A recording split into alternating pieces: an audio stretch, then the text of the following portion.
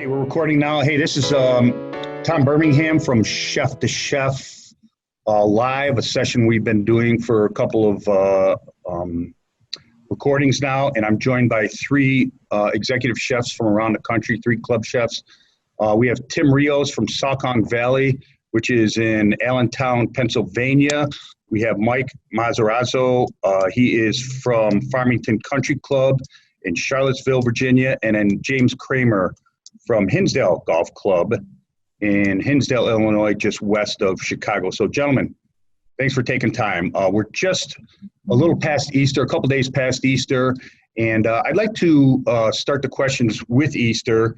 And James Kremer, as a caveat, wasn't open for Easter, but he's going to give some insight onto what he's got going on, past these days. But let's talk about Easter and what it did for you, and let's talk about maybe moving into Mother's Day. I think we're all pretty certain that we're going to be in the same status quo for Mother's Day. In other words, we're not going to be open. And what did we get out of Easter, production-wise, efficiency-wise, and what are we taking into Mother's Day after that? Tim, if you want to start us off and your experience with Easter moving into Mother's Day as far as all to-goes and everything. Well, Easter for me was, this was my first Easter at the club since I've only been here a couple months. So just getting to learn the teams and everything, for me, that was a lot of it right there. We tried to do a little bit too bigger menu probably than we should have. We should have probably kept it a little simpler, tried to give them more hot items because we know a lot of people were home now. They're not really, some of them have been cooking too much, but they wanted some different foods that they weren't getting at home. So we tried to make it a little bit bigger than I probably should have, being the new guy on the block here. But that's something that we learned, that going into Mother's Day, we're going to keep it simple, and we're just going to let them reheat it at home and kind of, put everything in pans and just kind of give them heating instructions and doing that kind of way so we can do more volume. Was it, did you have anything on Saturday, Tim? Did you have anything where they could pick up on Saturday and reheat, or was just all pick up on Sunday?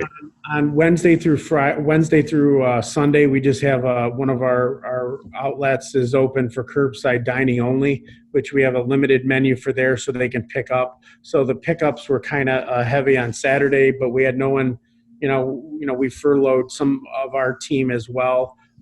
So we're down to 11 essentials. So we kind of try to stay within our realm. Cool. Chef Michael. Yeah. How'd it go with you with Easter and then heading into Mother's Day? Were there some learning curves? Were there things that you want to not necessarily improve on, but change?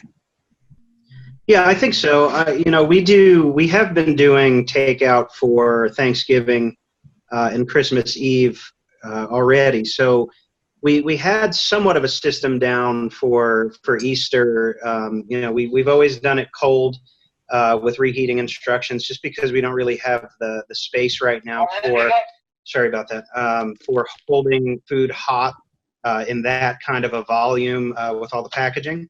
So, we've started having our Zoom meetings with the chefs. And one of the big things we're going to jump into this week is reflecting on Easter and focusing more on the actual packaging that we get. If this is going to be kind of a mainstay in what we do for a long period of time, I think it's time that we start looking at logoed packaging maybe and be a little bit more thoughtful. We were kind of clearing house with paper products for Easter to just kind of minimize the new product coming in and getting things off the shelves. So I think moving forward, we'll take a look and try to find packaging that's a little bit more suitable. I would say that was probably a spot that we could improve on, be a little more thoughtful with that. Are you buying in bulk at that point? Are you trying to buy enough disposables to last you 3-4 weeks when you guys buy disposables in that capacity? Well, that's also, I think, the challenge of being selective about your packaging is, as you know, especially when you start talking about logoed packaging, A lot of facilities just don't have the space to meet the minimums that are required to order that stuff. And we're one of those facilities. We just don't have, we don't have any kind of a warehouse facility to store that. So we're basically guided by, the pack size right now and what we can accommodate as far as volume. Okay, let's talk curbside a little bit. Curbside pickup. Again, James Kremer, you're almost there. Real quick, can we just switch to you and what's the status of your club right now and tell us what you might foresee in the next couple of weeks?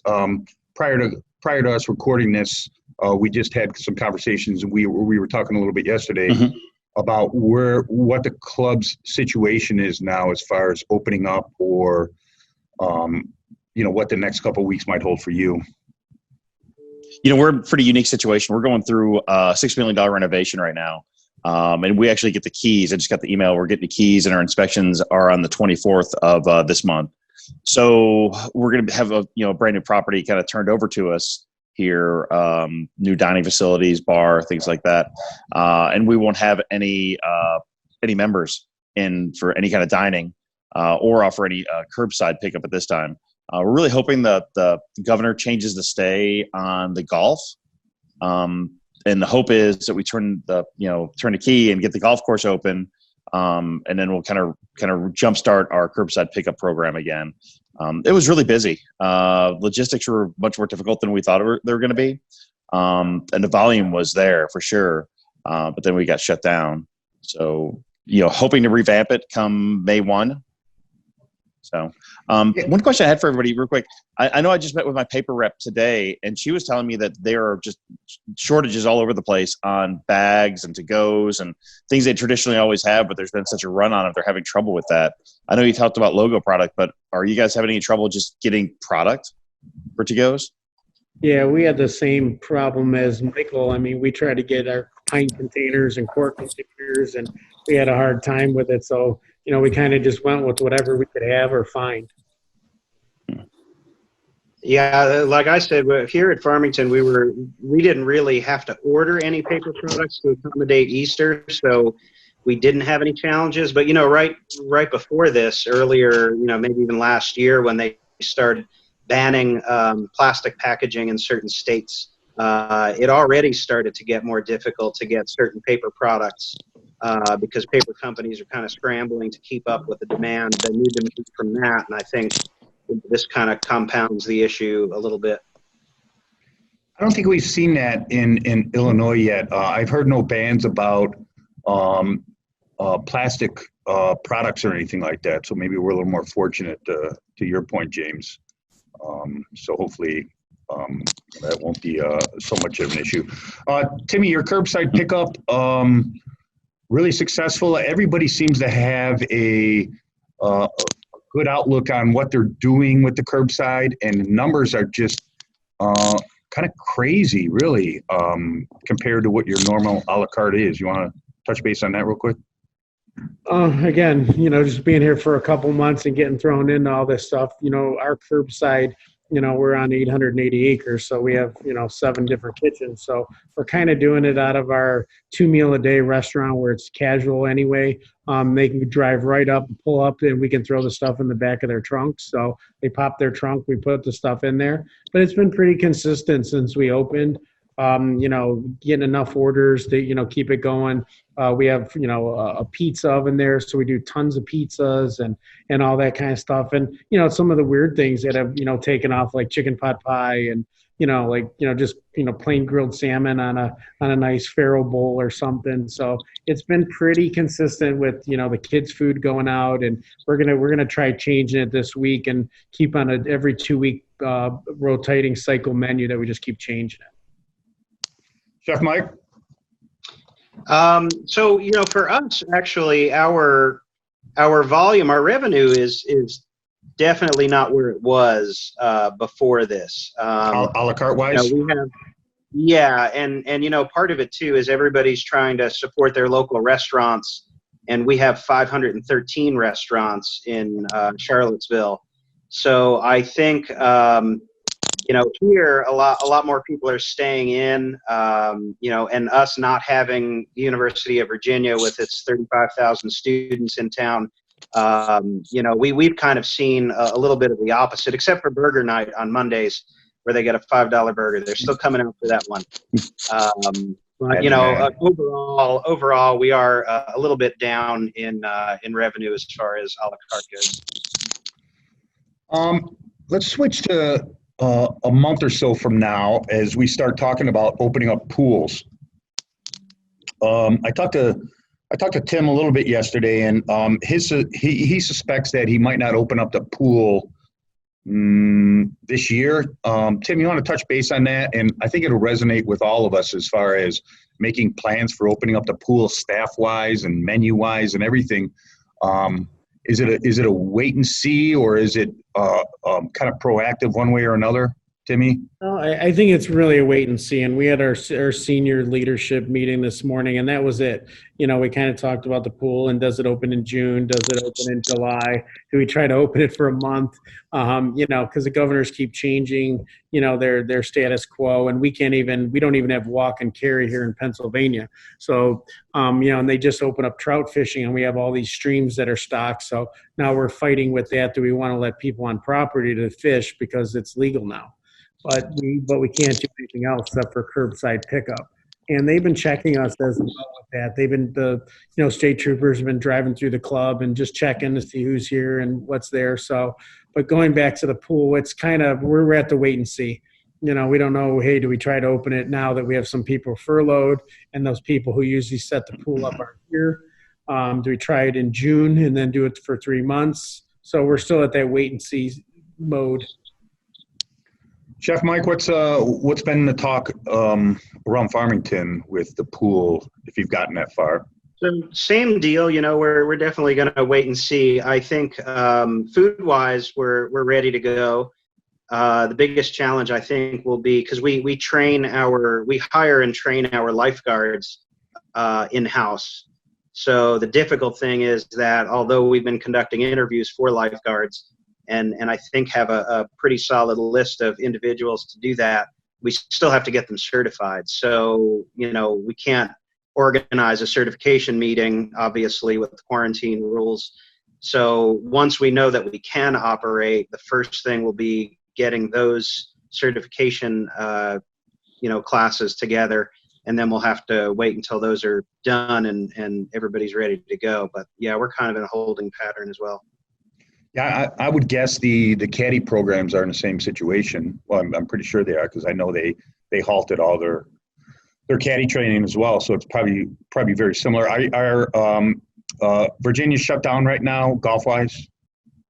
It is, yeah. The governor here, Governor Northam, basically said June 10th is his date, but he also followed that up with, that can be changed. I don't know why he went so far out so quickly, but that's kind of what we're looking at. Internally at Farmington, we're still going to reevaluate on April 24th because that was the original date given. But if the governor doesn't change from June 10th, then that's kind of what we're looking at. That's pretty out there. James Kremer, any word on the pool opening from you as far as what to be prepared for or what not to be prepared for? Or?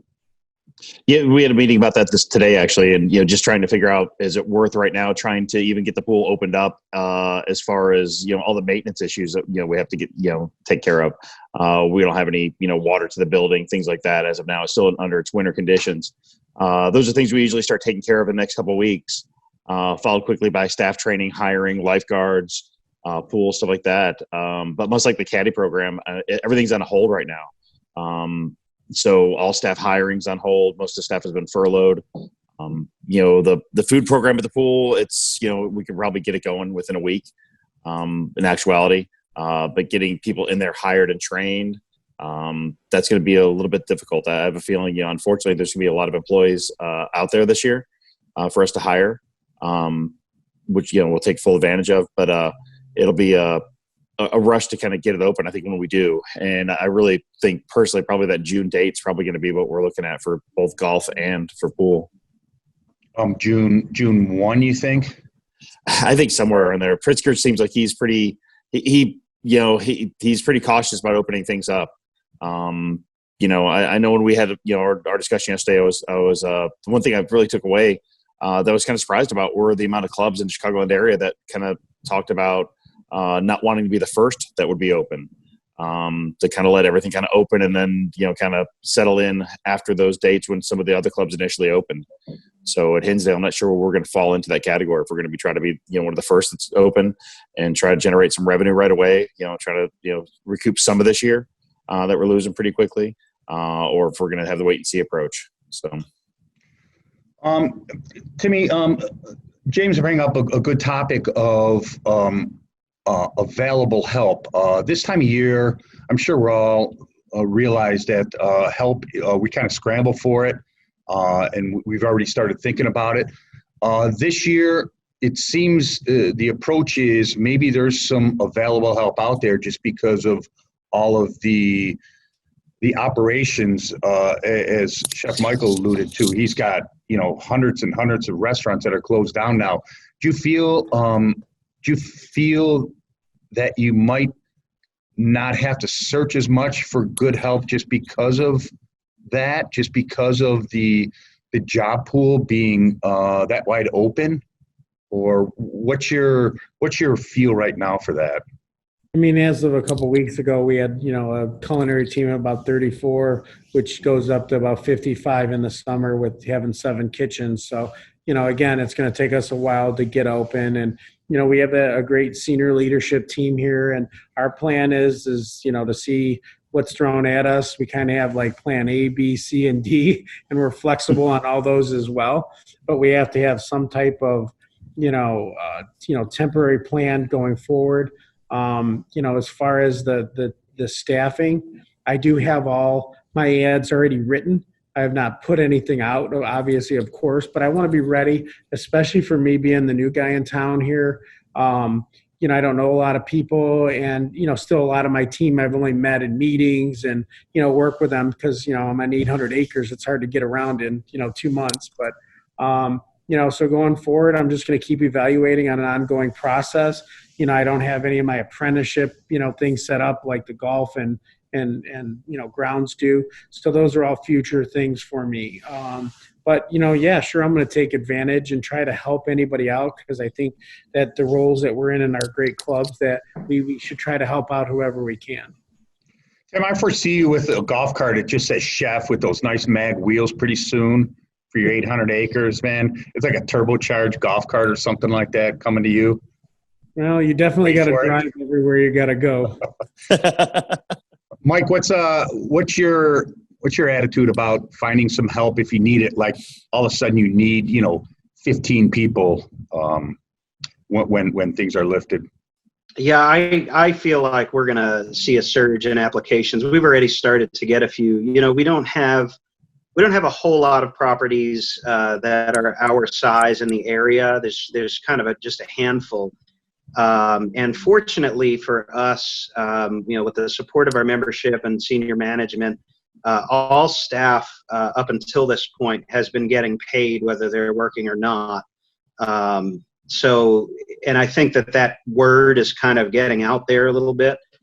So I think there are some people who might have in the past questioned, why did you choose to go into private clubs instead of a small restaurant or something like that? And, this is kind of an unfortunate thing to be happening in the world, in the industry, but, this is kind of a unique time when I can say, well, this is a good reason, this kind of security and support is good. And I think that people will see that and people will want to go to a place where they feel safe.